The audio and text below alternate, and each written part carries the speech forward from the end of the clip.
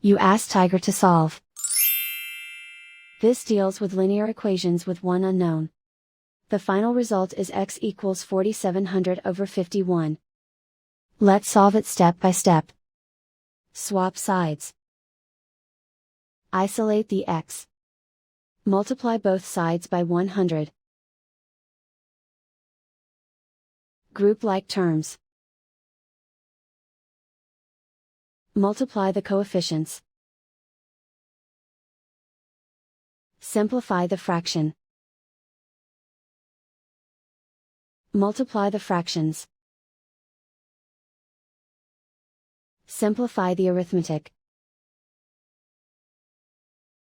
And so the final result is x equals 4700 over 51.